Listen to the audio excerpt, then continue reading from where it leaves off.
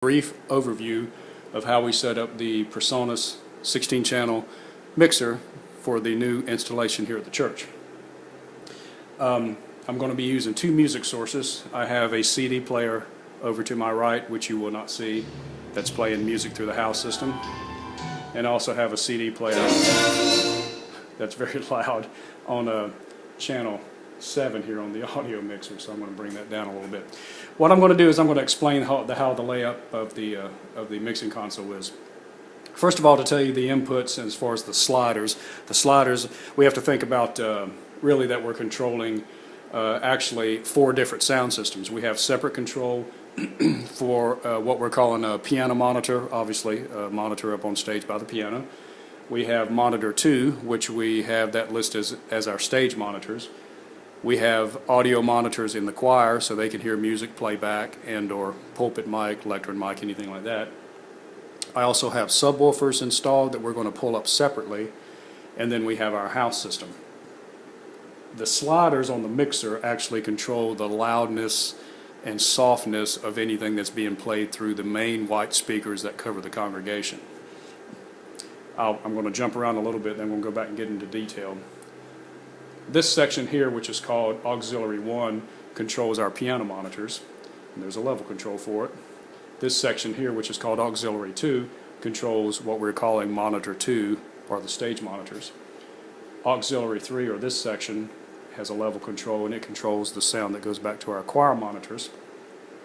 4 and 5 are not being used at this time, but Auxiliary 6 controls the amount of sound that goes to our subwoofers, which right now is pretty much just musical playback, sound system, or CD playback. As far as the inputs go in our mixer, channels number 1 and 2 are our music playback, and I have those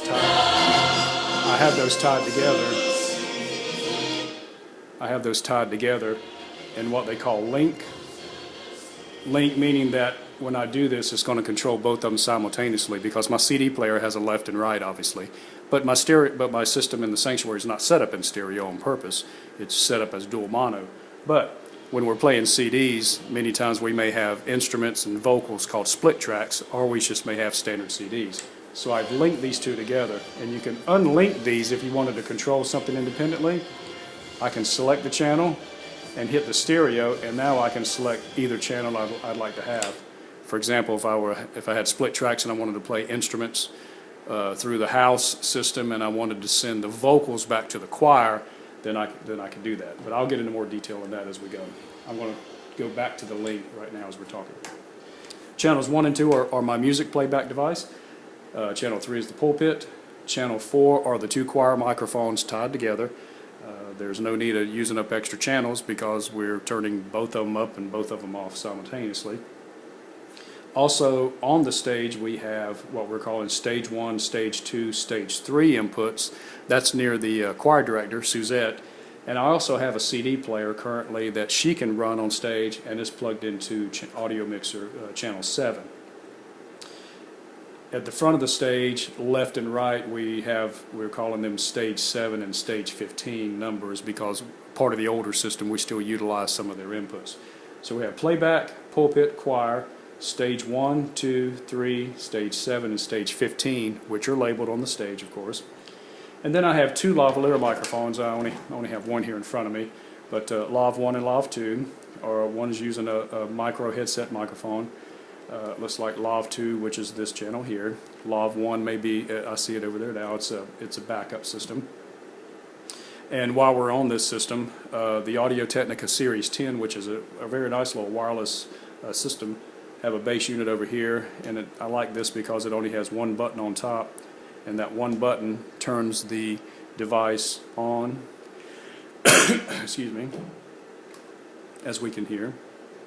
Check 1, 2 through the system, and if you touch the button again, light turns red, hopefully we can see that, mutes it, turns green, activates it back again, or we can just hold it for 2 seconds and the unit will power down. Nice little lavalier system. We have handheld 1, 2, 3, and 4. I happen to have grabbed off the stage, obviously, handheld number 4. They have a button on the bottom. They use AA batteries that live in that case. push and hold for a couple seconds. The microphone will turn on. It takes it just a second to find its source or its base unit. This is wireless microphone number 4.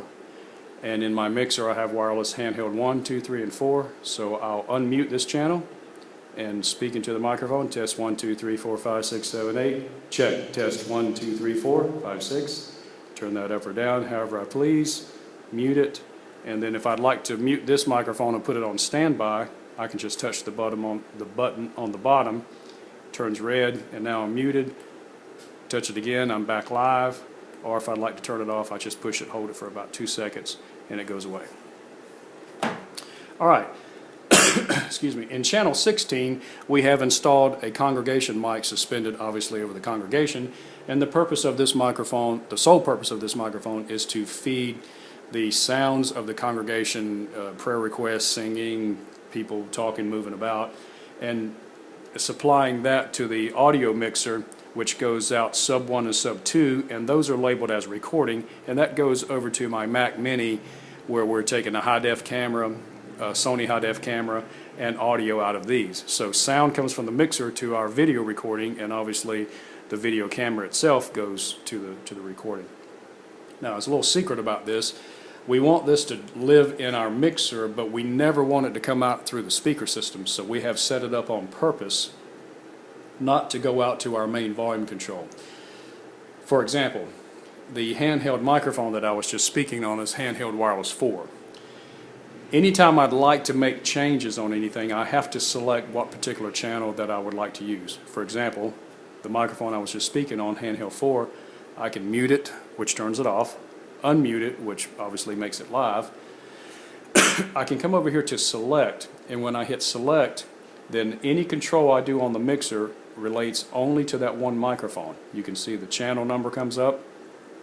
If I select channel 14, 14 comes up, but I'm going to stay on my handheld number 14 right now. I hit select, and I would like for my handheld microphone to go to my main house system, out to my main speakers. So I tell it assign to my main system. That's this lit button here. If that were off, then my handheld wireless microphone would not go out to the main system. But I'd like for it to go out to the main system. I would also like it for it to feed my recorder. My recorder is set up on sub 1, 2, 3, and 4 are currently not being used. So I want to make sure that handheld wireless number 4 is going to sub 1 and sub 2, coming through here and then going out feeding my recording system. All microphones are set up that way except for the congregation mic. And the reason is, I select the congregation mic. There's no way I would need my congregation mic to go through the sound system and then back through the speakers, because I don't want to amplify a live condenser microphone hanging in the sanctuary. But I do want to make sure they go out and feed my recording. So if you'll notice, when I hit select on my congregation mic, it goes to sub 1 and sub 2, which feeds my recording, but I do not want it to ever go through my main speakers, because this will happen, and I don't want that, and neither does anybody else. Okay, excuse me, running up the mixer, let's use, for example, well, let's stay, I've got music playing here, I believe. Let's unmute the stage CD. This is currently a CD player that's located by the choir director so that they can do rehearse without having to come back here to this CD player. She has a remote control, and we have it plugged into an input on the stage. So I'm going to use this, which is in channel 7. On the CD player on stage it says mixer 7, mixer channel 7. So she can come, we can go up there, we can start a CD. We can turn it up or down, obviously in the house sound system. We can mute it. If we needed to, we could solo it, meaning that we could plug a pair of headphones in here and we could listen only to what's going on in that channel. I could also go through and solo any other channel and see what I'd like to hear. See what I'd like to hear, that don't make any sense. Anyway, I could hear what's in the channel. Going back to here, I'm going to unmute it. And I'm going to turn it down so you can still hear me. But I'm going to hit select. Now, anything that I do on this portion of the mixer relates to only that stage CD player. For example, I'm sending it to sub 1 and sub 2, meaning that it will go to my recording, and I'm sending it to my main output, meaning it's going out to my main speakers. So, case in point, I take it out of the main speakers, put it back in the main speakers. Now let's say that I don't particularly like the sound, or I'd like to change something, make it sound different. Well, I have what they call a high-pass filter, which filters off low frequencies or roar, rumble, things like that. I have a compressor, if I'd like to install a compressor. I've got low, mid, and high frequencies, which basically is just a tone control. So for example, I don't know if we can hear it on this recording, but if I left my music there, and I came over here to my highs, and I said that I can make it crisper, darker.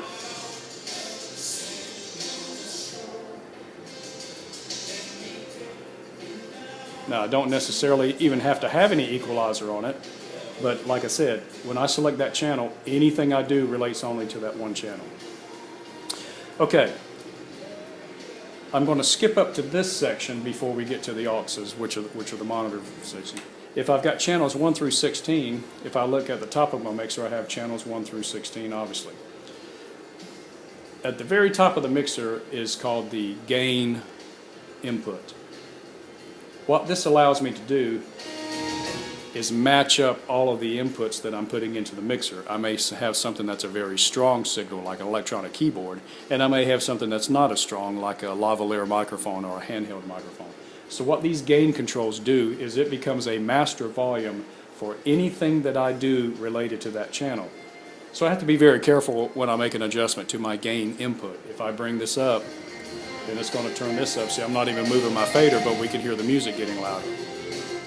Now, the thing to be very cautious about is once I turn that gain control up, I'm turning it up in the house system, I'm turning up that music in the monitor piano, in the monitor 2 on stage, I'm turning it up in the choir, and I'm turning it up in my subwoofer. So I have to be very particular and very cautious when I mess with the gain control. If you'll notice, there are lights lit up. These are called 48 volt phantom power. We don't need it on channels 1 and 2 because it's a music playback source too.